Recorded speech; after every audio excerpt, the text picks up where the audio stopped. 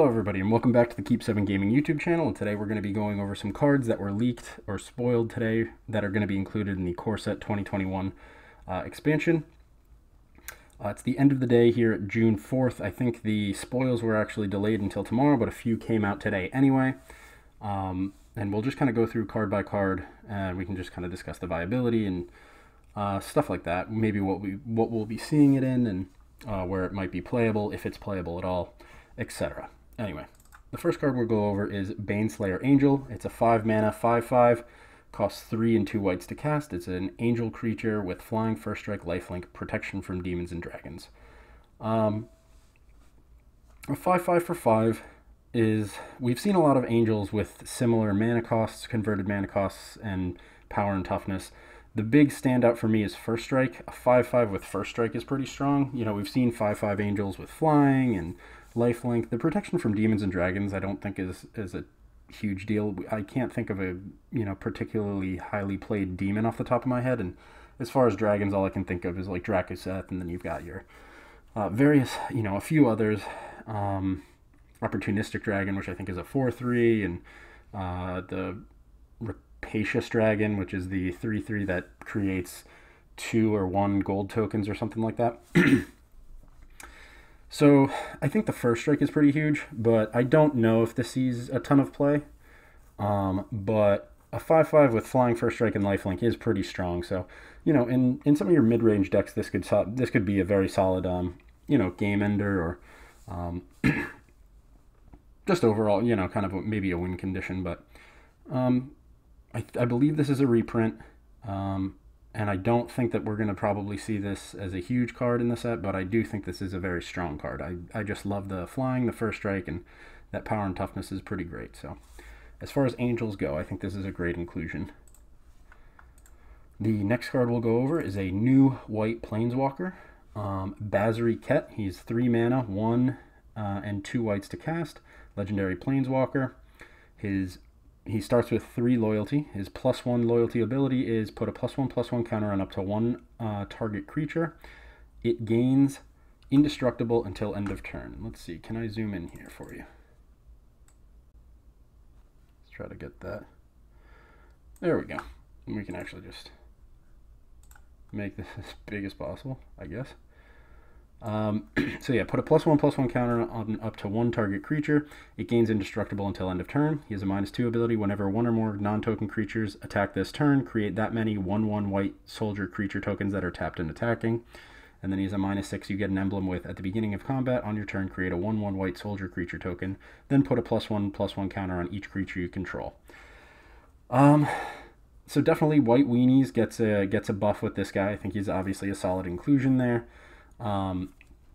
I think the biggest problem here is going to be Winota. As long as she remains unbanned, this is going to be a great companion along with Winota. It'll just give her exactly what she needs, and the more 1/1 white soldier creature tokens you can make, the more triggers you could possibly have with her. So this could be, you could see this in, as not a companion. When I said companion before, I just meant a throw-in. Basri could be a very good inclusion in a Winota deck, making her that much more frustrating to play against. But I mean, overall, I think this is a great, a 3-mana Planeswalker that creates bodies to protect himself, to add more 1/1s to the field. Assuming if you're playing White Weenies, you probably already have a field full of 1/1s out there. So, and then he has ways to buff them. So I think this guy. I don't think maybe not like top tier competitive, but I definitely think this guy could actually see some play, potentially. All right, next we have a black and white card, Basri's Acolyte and Demonic Embrace. So Basri's Acolyte is a 4-mana, 2 and 2 white to cast, cat clair creature with lifelink. When Basri's Acolyte enters the battlefield, put a +1/+1 counter on each of 2 other target creatures you control, and he's a 2/3. So kind of a good inclusion with Basri, I guess. If your goal is to just put a lot of creatures out there and add a bunch of +1/+1 counters to them, that's I think those two can pair well together. But you could potentially make a pretty cool cat deck. I don't know, obviously we still don't know how many other cats are going to get printed, but I think there are a lot of cats out there now. that you can make an interesting cat deck, you know, with a Johnny's Pride Mate and with a bunch of, you know, life linkers out there. And you've got, you know, your Charmed Strays, you've got your Garrison Cats, you've got a Johnny, now you've got this guy, you have, there was that Hero and Theros, Hero of the whatever, Leonin Pride, I forget, who knows, but there are a lot of cats out there, so you could potentially, you know, you could make a cat tribal deck, depending on how much more, you know, cats they print in, you know, 2021.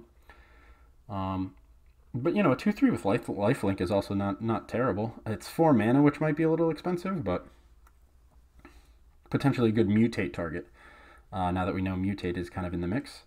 And then the next card is Demonic Embrace. It's a 3 mana, 1 and 2 blacks to cast. Enchantment Aura, enchant creature.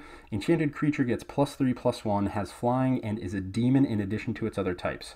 You may cast Demonic Embrace from your graveyard by paying 3 life and discarding a card in addition to paying its other costs. So this is, I think that's really strong, and I think that could be very, very annoying. I think the current Lurrus enchantment aura decks, I think aura decks get a big buff here, specifically in the Orzhov colors. You know, with things like All That Glitters and this, you can potentially get some pretty strong creatures out there pretty quickly. And I mentioned the Lurrus enchantment aura deck because obviously that was a pretty strong deck in Standard in the last couple weeks, and I don't think it loses much because Lurrus sucks now. I think Lurrus was just kind of like a throw-in. He does give you some recursion, but you can just mainboard like 2 of them and just forget about it. You know, you can just forget about Lurrus on the as a companion. Just mainboard 2 of them, maybe cut like the Sentinel's marks.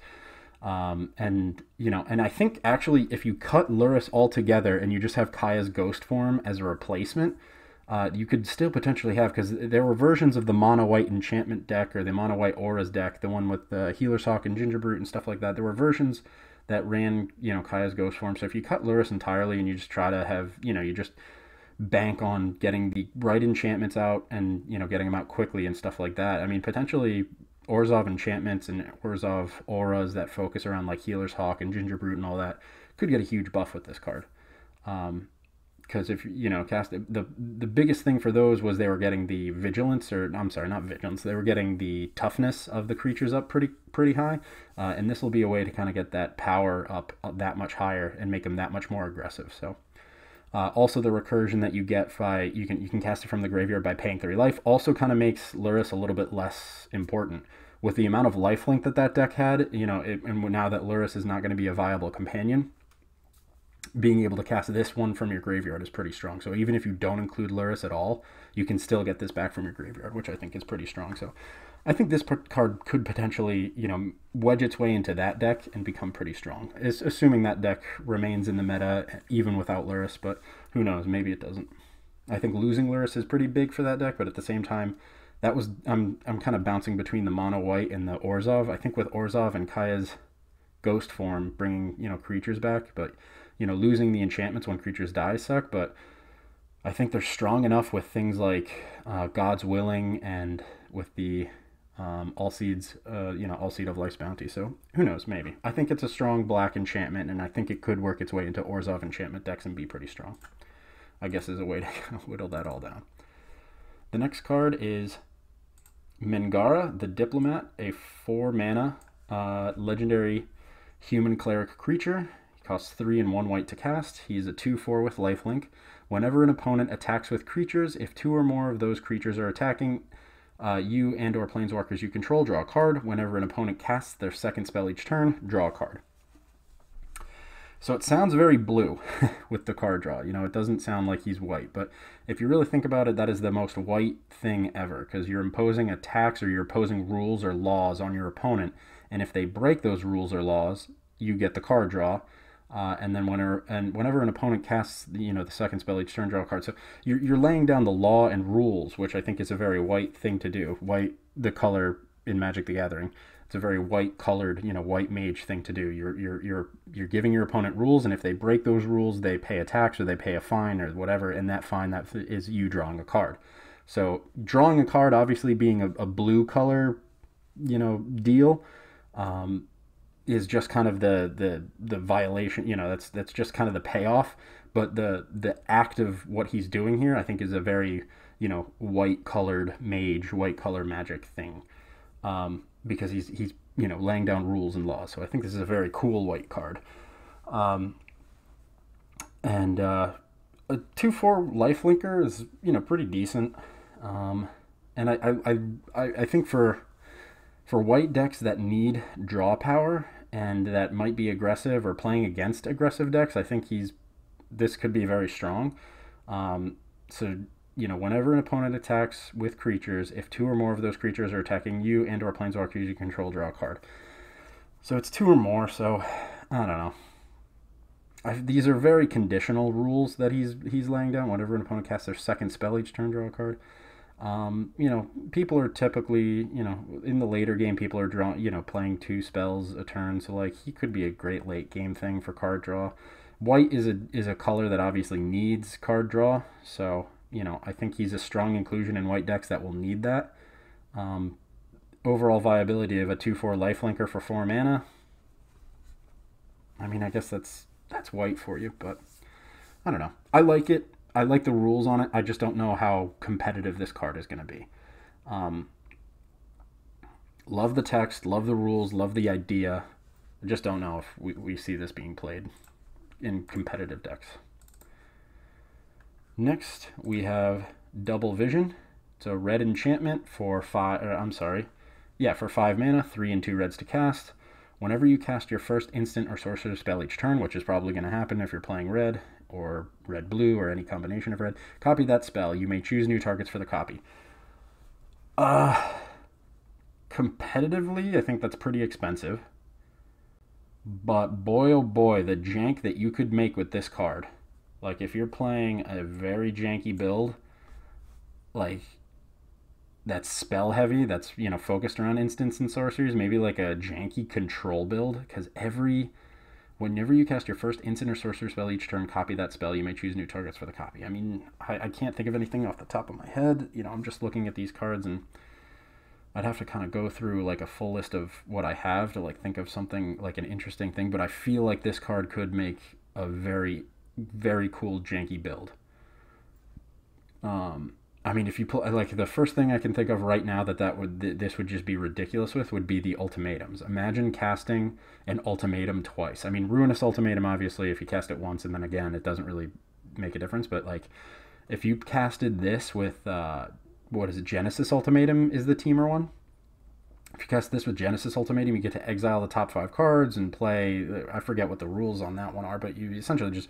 You bring out any number, or like Emergent Ultimatum or Eerie Ultimatum, just bringing any number of creatures back from your... I guess Eerie Ultimatum, it also doesn't matter. So this would just matter for Genesis Ultimatum, and then what's the other one? Is it Emergent Ultimatum is the exiling the top cards and then just bringing out permanents from there? Could be pretty intense. And then also Inspired Ultimatum too. Target player loses 5 life, you gain 5 life, and then you draw 5 cards. So... You know, if you're playing a really weird jank deck in Jeskai colors and you cast Inspired Ultimatum, you do 10 damage, you gain 10 life, and you draw 10 cards. That would be fucking insane. So I don't see this being a competitively viable card, probably. I mean, who knows? Maybe. Maybe this would be. I just think 5 mana is a lot for something that only... who knows? But, like, boy, oh boy, the jank that I could brew up with this would be insane. So, love it, like it, will probably brew with it. This next card I really like a lot. This is a reprint, supposedly. I'm very new to Magic, so I don't know. But it's Massacre Worm. It is a 6 mana, 3 and 3 black to cast worm creature. When Massacre Worm enters the battlefield, creatures your opponents control get -2/-2 until end of turn. Whenever a creature an opponent controls dies, that player loses 2 life, and it's a 6/5. I love it. This will be so cool. This will be basically like a creature replacement for like Cry of the Carnarium or something. This is the aggro killer. If you get to 6 mana and can cast Massacre Worm against, like, you know, mono red Cavalcade or something and just fucking decimate them, oh my titties, that's going to be awesome. I just love this card. I can't wait to play this. As far as overall viability, a 6 mana, 6/5. 6 mana, 6/5 that clears the board, and it's only creatures your opponent controls. So it's not like Massacre Girl where it can massacre the entire board. This would just massacre your opponent's board. By the time you're able to cast 6 mana, they probably have things with over 2 toughness, but on the rare occasion that you're coming up against an opponent, like this I think would be a great sideboard creature. And then, you know, a great mainboard creature, you know, you might clear up a little bit of their board, and you might have a little bit more to contend with, so... I think it could be a decent mainboard creature, but absolutely a fantastic sideboard creature. If you're playing black and you come up against the mono-red aggro, you know, low to the ground, 1/1 creature decks, and you just want to decimate them, I think this could be a fucking amazing card.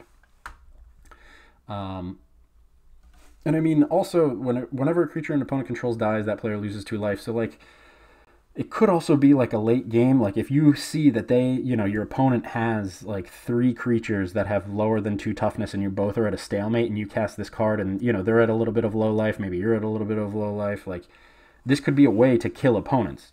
You know, if you kill 3 creatures for 2 life, 6 damage, maybe that's a way to end the game. So you know, if they've got like Paradise Druid, let's say that they've been ramping all game, and they have like 2 Paradise Druids.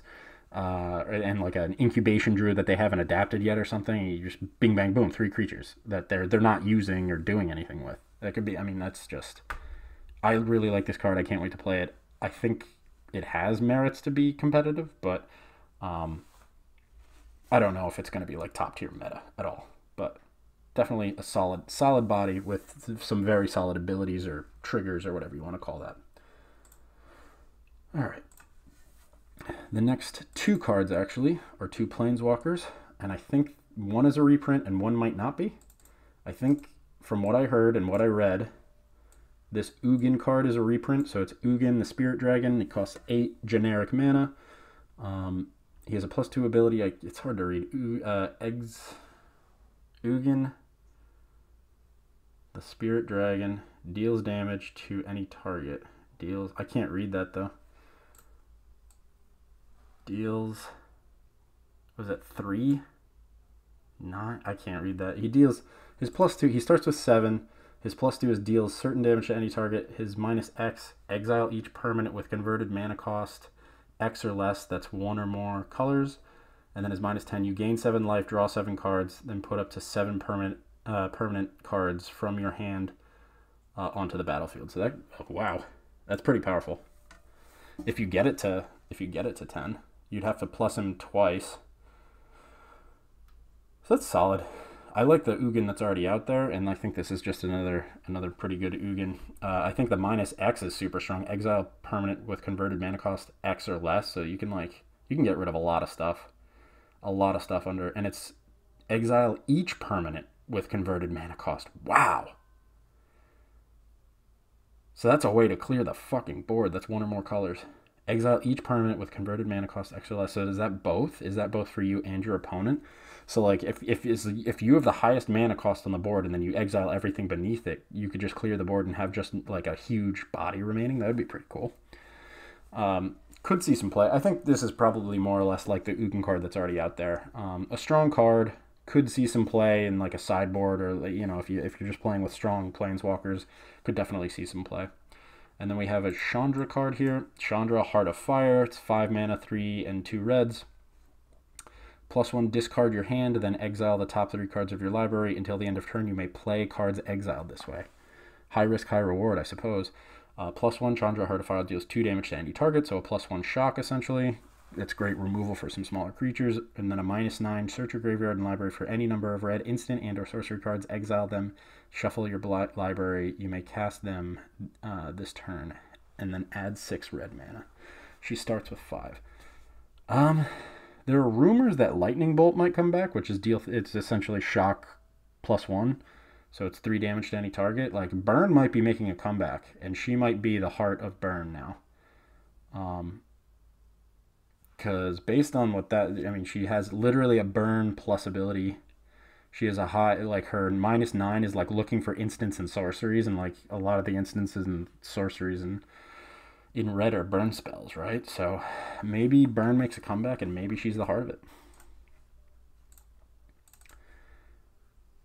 And then the last card we'll be going over is a black, I believe this is a vampire, yeah, Vampire Cleric. Vito, Thorn of the Dusk Rose, a 3-mana legendary Vampire Cleric creature, 2 and a black to cast. Whenever you gain life, target opponent loses that much life. And then for 5 mana, 3 and 2 black, creatures you can control gain lifelink until end of turn. So that could be a very solid game ender. You know, if you just cast him and you're able to get that ability off and you just swing in with a bunch of creatures, you can end a game pretty quickly. I think this, in like a very cool life gain Orzhov deck, I mean, we've seen a lot of cards with life gain so far. I think that this could put like life gain over the top. This could make life gain like a serious viability. I mean, again, we have the Aura, the mono white Aura's deck. There's also the Lurrus mono white Aura's deck, the Lurrus Orzhov Aura's deck. I think that this could, if that was included in this deck, you could end a game like that much faster. We don't know his power and toughness, which is weird. They have it blocked off, but still, just with that information there, that's pretty powerful. I think if you're making like a life gain deck, he's a strong inclusion, but obviously life gain hasn't been very meta in a long time, or at least not that, at least since I've started playing. Like, life gain is a deck people can play, but it's not a deck people play, on the ladder or anything like that, except for obviously this new mono white Auras deck. But the life gain there is really just a plus. That's just mostly about being aggro, and the Hawk just was the best 1/1 to do that. And most people don't even put the enchantments on the Hawk. They put it on the Ginger Brute because the Ginger Brute is unblockable. So, like, I don't know. But yeah, I mean, this could make life gain that much, more of a possibility of viability as a deck that can win. But I like the card. It's legendary though, so you can only have one on the field, and that limits how many you probably want to include in your 60 card or 80 card deck if you're going to do like a Yorion life gain. But I don't know. I like it, and I don't think maybe it would be competitively top tier or viable per se. But if you're making a life gain deck that's Orzhov, and then I think this guy is a strong inclusion. So I think it's a strong card. So yeah, that's it. That's all I saw for today. I'll be doing these kind of regularly as the days go by and as more of the leaks come out, and I'll just kind of post here. We'll go through the cards and I'll just kind of talk about them. But yeah, that's what I saw for today, and that's it for June 4th. So I'll keep an eye out and keep posting these as I see more stuff come up. So thanks for watching. We'll catch you in the next one.